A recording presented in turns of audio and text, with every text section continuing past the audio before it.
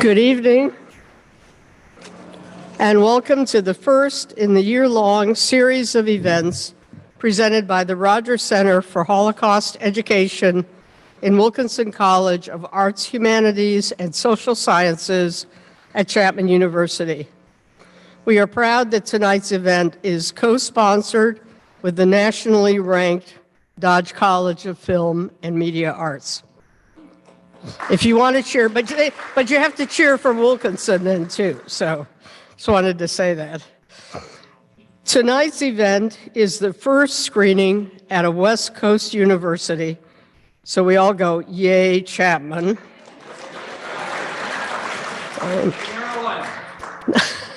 No, you don't do that. The first screening at a West Coast university of the award-winning documentary, 3 Minutes, A Lengthening. We are grateful to Holocaust survivor Henry Bialer and the Bialer Family Foundation for making this event possible. And we are glad that Mr. Bialer's daughter, Rita Goldberg, and her husband, Ira, can be with us this evening. Would you please stand and be recognized?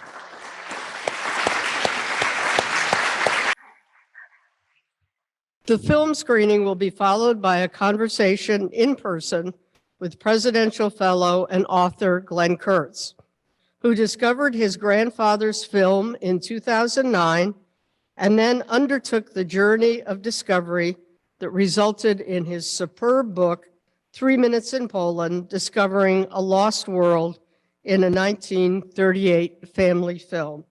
And I hope after seeing the film, you will choose to read his really excellent book.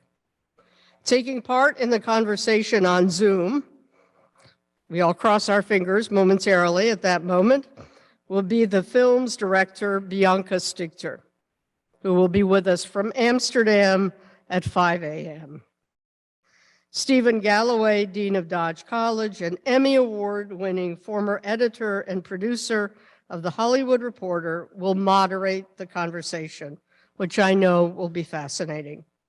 Please remain seated after the screening concludes. It is not often that one can describe a film as truly unique, but that is the case with this extraordinary documentary and with the 3 minutes of 16mm film, which this documentary so sensitively and meticulously explores. 3 Minutes, A Lengthening is the inaugural recipient of the Yad Vashem Award for Cinematic Excellence in Holocaust Documentary Filmmaking. The film is part detective story, part philosophical reflection, part memorial, narrated beautifully by actress Helena Bonham Carter. In its review of the film, the Washington Post described it as, quote, utterly immersive, even life-changing, as it explores the permanence and fragility of film as material object, unquote. It is a reflection on presence and absence, loss and memory, and how and why we remember. As we view the film, we witness moments taken from time in the small village town of Nashelsk in September 1938. As we look at these brief snippets of vibrant daily life, we know what those captured by the camera lens do not, that very soon life as they know it will abruptly end. Most of the people we meet will not survive the German roundup and deportation of the town's Jews in December 1939. As one reviewer has written, quote, the film opens a portal between two eras. Does it whisk us back in time, or does it momentarily transport the people of Nashelsk into our world? And we might follow that question with yet another. What memory will we choose to take from this encounter, and what meaning will we make of it? Just a word about how we will proceed after the screening. As the credits roll, Dean Galloway and Dr. Kurtz will come on stage for the post-screening conversation. And after the credits conclude, and the credits in this particular instance are important, and the house lights go up, they will be joined on Zoom by Bianca Stigter. Following their conversation, Dean Galloway will invite your questions. At that time, please proceed to the microphone located at the front of the auditorium. This will ensure the audience and the film's director joining us virtually can hear your questions. So we can have as many questions as possible, we ask that you state your question as concisely and clearly as possible. Afterwards, please join us for an informal reception in the area outside of Memorial Hall. And lastly, please join us for our next two events. The first on Zoom on October 25th, and the second on October 27th with another screening here in Memorial Hall. Please pick up a copy of our fall schedule to learn more about these events. And now, a truly remarkable and memorable film. 3 minutes, A Lengthening. Hello, everyone. I'm Stephen Galloway. I'm really thrilled to be here for very personal reasons. My mother's a Holocaust survivor, and the past is a foreign country. It's very hard to access, and this film does, and it's really haunting to see it twice. Bianca, thank you so much for joining us. Say hello to your lovely partner from me. I want to start with you, Glenn. It's 2008. You're living in Vienna for mysterious reasons, working on a novel about two brothers. How does that lead to this? Well, the funny thing is, the story that I was working on had to do with these brothers who escaped from Vienna, and I was having a terrible time writing it. And I talked to a friend of mine who worked for the Film Museum in Vienna, and he told me the story of someone who had discovered a reel of film, an old anonymous reel of film in the Vienna flea market. And at the very last few seconds of this film, there were these historical images of Hitler's march into Austria in 1938. And so he spent the next 5 years trying to identify who had made this film. And I just found this to be such a fascinating story. So I used that for my novel, right? And the plot of the novel was somebody finds this old reel of film and then becomes obsessed with trying to identify the people who are in it. And it was because of that I started researching, well, what happens to old film? What kind of condition would it be in after many, many years of neglect? And when I learned about all of the ways that film deteriorates, I remembered, well, we had these old family films. I wonder what happened to them. And that was what made me start looking for it. And I started hunting around in my parents' house. And eventually I came up with this reel of film, which smelled horribly of vinegar, which is a terrible sign for old film. But we had those films transferred to VHS sometime in the 1980s, I guess, and I watched it on VHS, and the moment I saw these images, I knew that they were something of profound historical importance. Just seeing all of these people and knowing that it was 1938, I realized that these were probably the only moving images of this community, and very likely the only images at all of many of the people we see, particularly children. So I felt this tremendous sense of responsibility to their memory. I had inherited evidence of their lives, maybe the only evidence, and I felt if I didn't try to identify them and honor their memory, then no one would, and they would disappear. So I abandoned the novel and sort of became the hero of the novel that I had been writing. It's still an extraordinary thing to look at a piece of film and then spend years of your life investigating it. Where do you begin?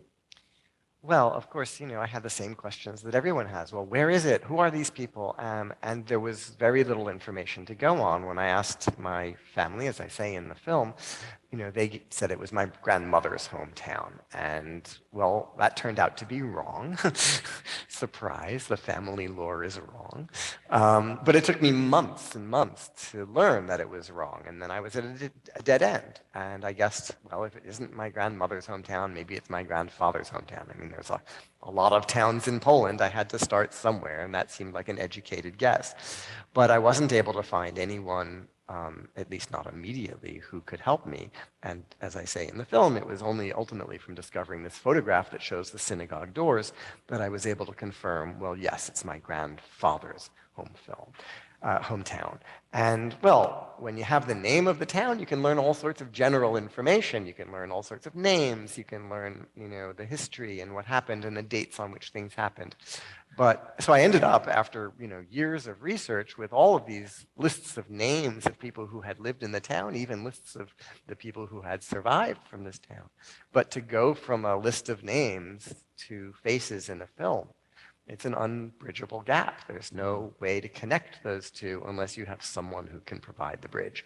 And that only arrived then sort of miraculously by chance with Mr. Chandler. What most surprised you in what you discovered? Where would I begin? I mean, it was a surprise to me that I was able to identify the town.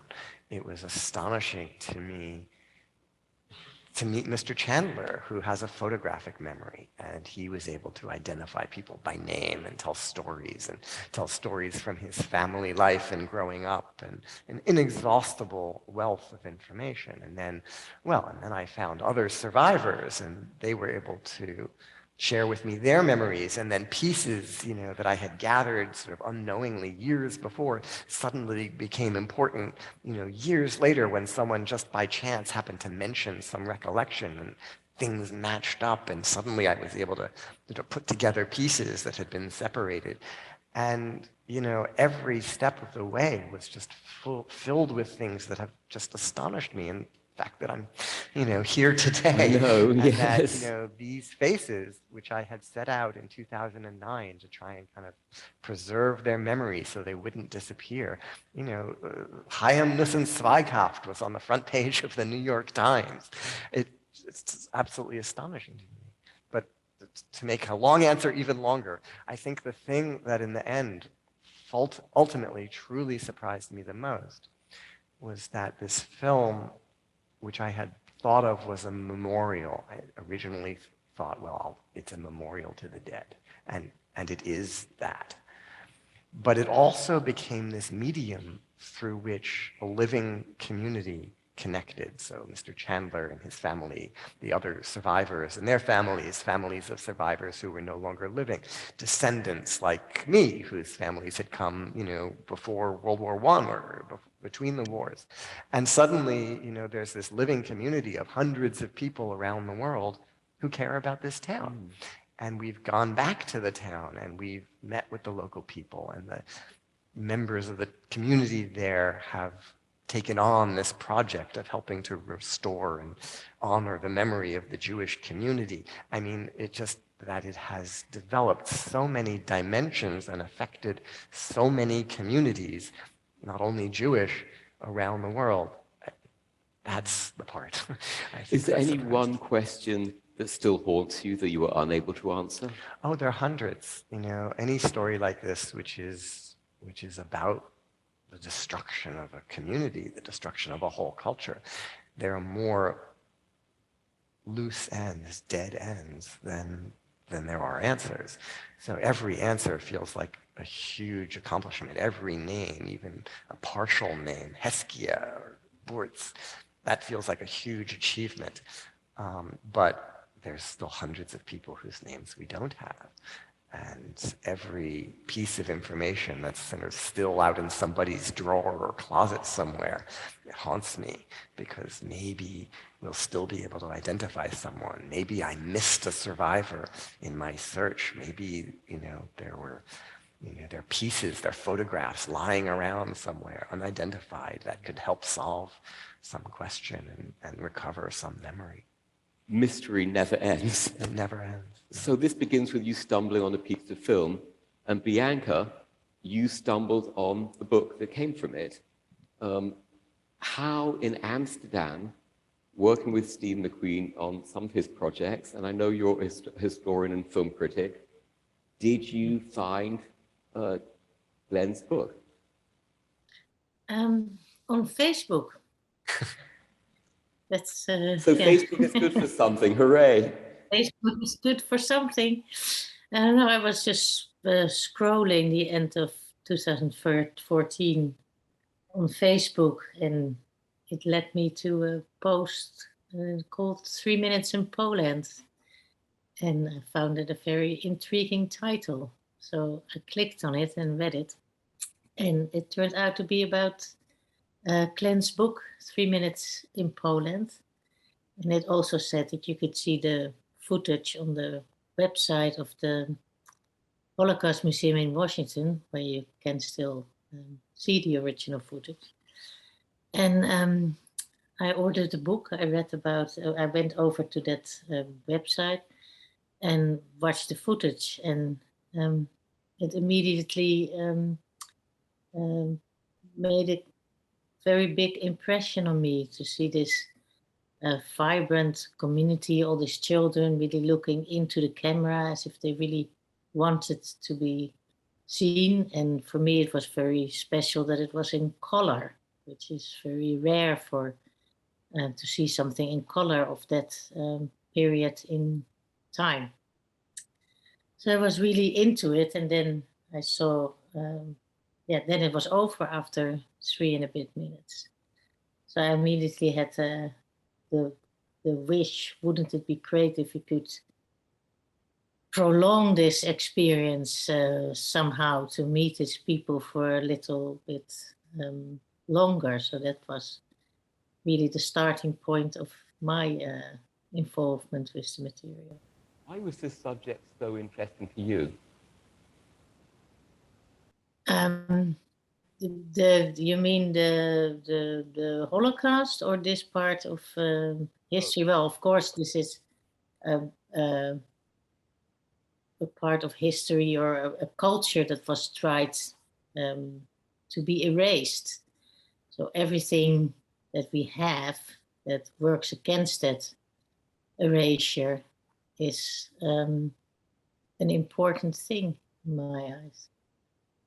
So if Glenn's challenge is a detective story, and to find an almost unsolvable mystery, yours is to then take this and turn it into a film. What was the creative decisions you made? There are 800 ways you could have done this. You don't show talking heads, you don't interview people, you don't go back to the village. We never see...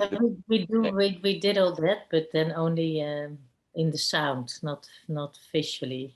I had interviews with Glenn and with Mr. Chandler and a few others that are in the film, but only as sound. I think that was the biggest decision to take, but that was actually the starting point for me. Was the film for me had to be the focus of everything. And I thought, if you do talking heads and show how the town is now, that will more dilute the experience of the film than enhance it. So I decided very early on that the film had to be the main focus. You made a 30-minute film, and then you went back and made it a longer film. Why? Mm-hmm. Well, I was not working as a film maker at the time. So it was just a thought I didn't do anything with, until the Rotterdam Film Festival asked me if I wanted to make a video essay about a movie. And then I thought, okay, this is my chance to at last, try to do, to try to do this. And then we made a version that was, let's say, 25 minutes.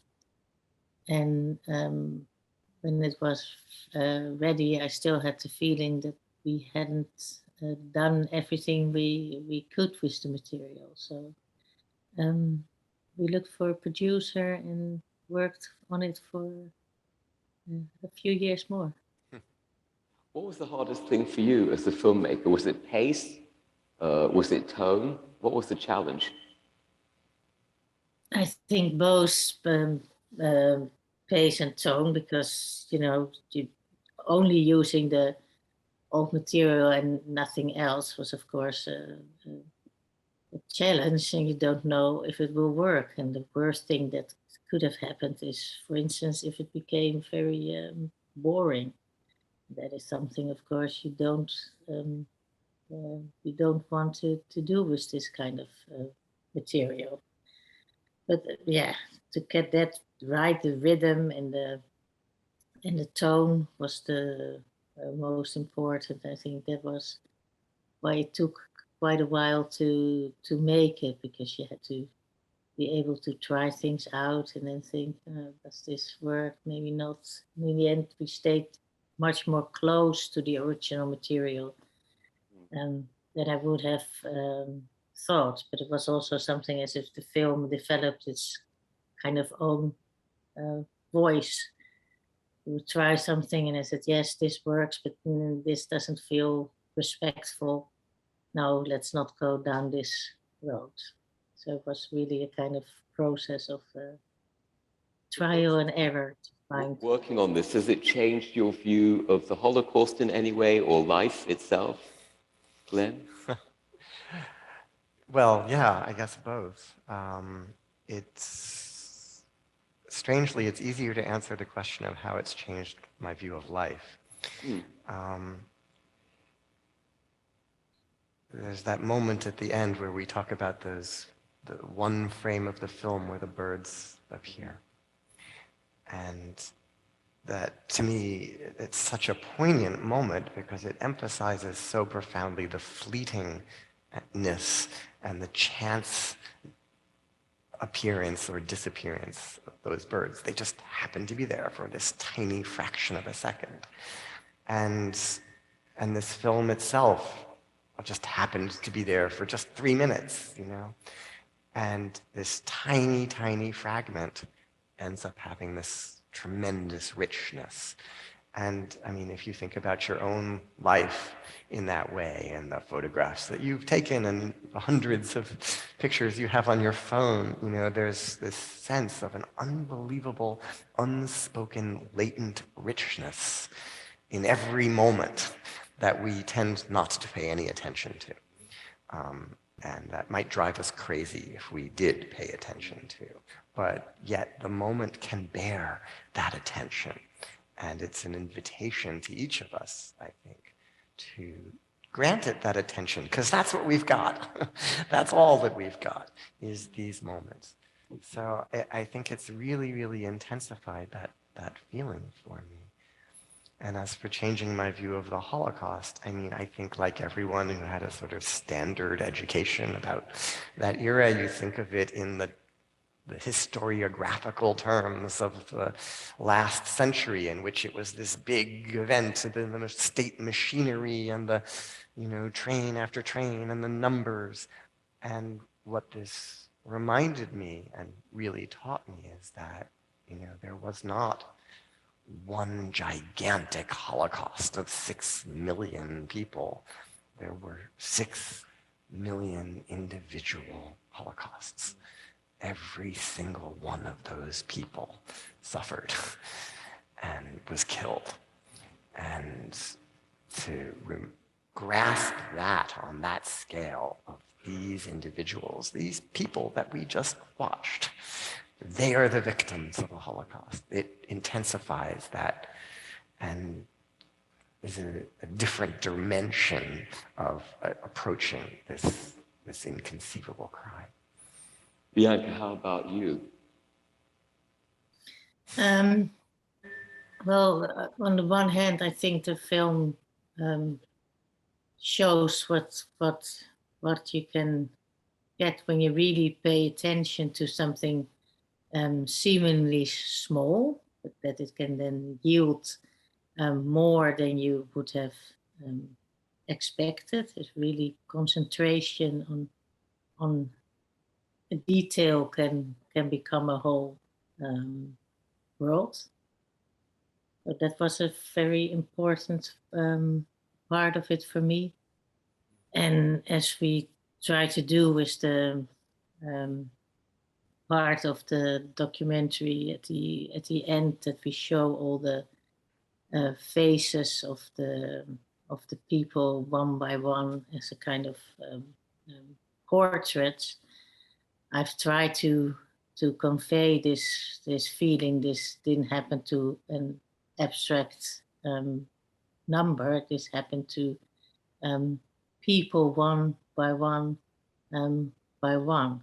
So that is kind of like the yeah, Queen, your pop most. did a similar exhibit in London with school children. He took photos of every school child in London. I'm going to open up to questions. If anybody would like to come to the mic, please do. Just one more question from me. Bianca, you're in Amsterdam. There is the rise again of the nationalist right. Are we going to see a return to this in our lifetime? Oh God. Well, we can't see into the future, so we don't know what will happen. But let's say we're living in worrying times.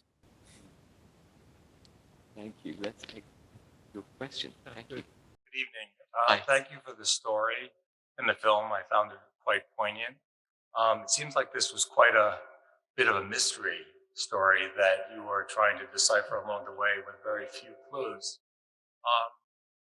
And I think I already know the answer to the question, but some of you may know that after the war, many survivors and also immigrants who had come from these shtetls, or not shtetls, bigger cities in Poland, put together survivor books for individual cities. There was one for my father's town, and many other of his friends had books that were quite elaborate.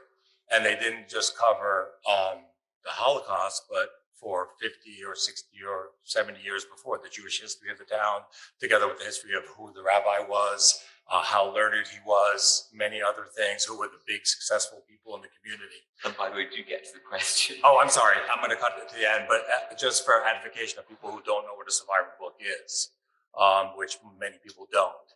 I'm assuming there was nothing of this sort for this city, because it would have certainly been a foundation for answering a lot of the questions. It would have been the first resource, since so many of them do exist. Yeah. Well, there is no, these so-called Yisker books of memory. There was none for Nashelsk. If there is one, then it's my book. I was going to now, introduce it. You saved me the honor. Read this book. There was a book published in 1953 by an organization actually based in Los Angeles, the Nashelsk Society, which was the Landsmannschaft, right? The organization of immigrants who was trying to aid their relatives back in the old country. And there were a couple of iterations of it. There's now a third one, which this group of that I gathered as a result of the research is the members. But in the 1950s, there was one led by a man named Benjamin Bendit and Abe Korn, who I suspect we may have relatives of here today. And they helped fund a housing project in Israel for some of the survivors. Of the 100 or so who had survived, probably 60 or so ended up in Israel. And they published a book dedicating this housing complex, and there are a couple of stories of life in the shelf in that. That's the closest thing there is to a Yisker book. Any other questions from the audience? Any more? Then one last question for me, which is, where do you go from here? What do you do next? Bianca, let's start with you. What's the next project? Well, while I was working on this film, I was also working on a book about my hometown, Amsterdam, during the Second World War. It's a really big book that tells all kind of stories and show you the places in Amsterdam where it happened. And that book is now also turned into a documentary. So that's what I'm working on now. Does Anne Frank figure into it? There's been a whole debate recently about who may or may not have denounced her to the... Well, that was, let's say, the research and so on of that project is very debatable, and shows you also what can go wrong, let's say. But of course, Anne Frank hiding place is in the book, along with a lot of other hiding places, and the places where resistance groups were located, but also where the German military had their headquarters in Amsterdam and so on. Glenn, would you happen to be working on a project about the Empire State Building? Well, it so happens that I was, or I am, during the pandemic. Finished 2 books, actually, about the Empire State Building, one of which I presented pieces of here a year ago, where there are these very famous photographs of the construction of the Empire State Building, but it turns out that we have no idea who the men were who built the building. We know the executive level, the owners, the financiers, the contractors, but not the workers, because who cares about workers, right? But there are these very famous photographs of the workers by Lewis Hine, now recognized as a great American photographer. And I've managed to identify the men who appear in Lewis Hine's photographs. So it's a book about recovering those identities as well. And now I'm working on a novel, which I suppose has its deep ancestry in the book that I abandoned to write 3 Minutes in Poland, which is about someone, a very shady character who both helps Jews escape from occupied Vienna and in 1940, and also saves himself in some questionable ways. Thank you. I want for everybody. Oh, we have a last. Oh, we have one more question. Hi, go ahead. Thank you. You snuck in just in time. For those of us that are working on improving relations or recognizing the long history of Jews in Poland, the phrase that I like is, there is no Jewish history without Poland, and there is no Polish history without the Jews. And I'm just wondering, has this film, do you see this as part of that message, bringing to Poland a recognition that this is part of your history, and it's a history that should be remembered, recognized, and be part of the historical memory of Poland? Absolutely. When I first went to Nashelsk in 2012, it was a very strange and awkward visit.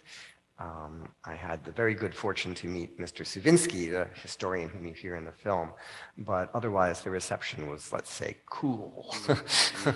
And if you, for example, went to the town's website and you clicked on the history page, there was no mention of the fact that Jews had constituted more than half of the town's population for 400 years. I found that to be a problem.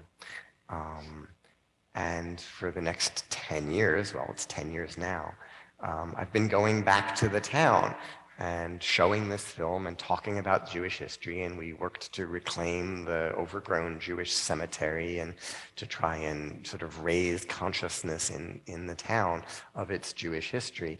And rather shockingly, in the last 2 years, there's been this transformation in the local community, so that a year ago, this past September, a school curriculum from K through 12 about Jewish history and culture was instituted in the Nashelsk public schools. So every student in town now learns about the Jewish history of their town.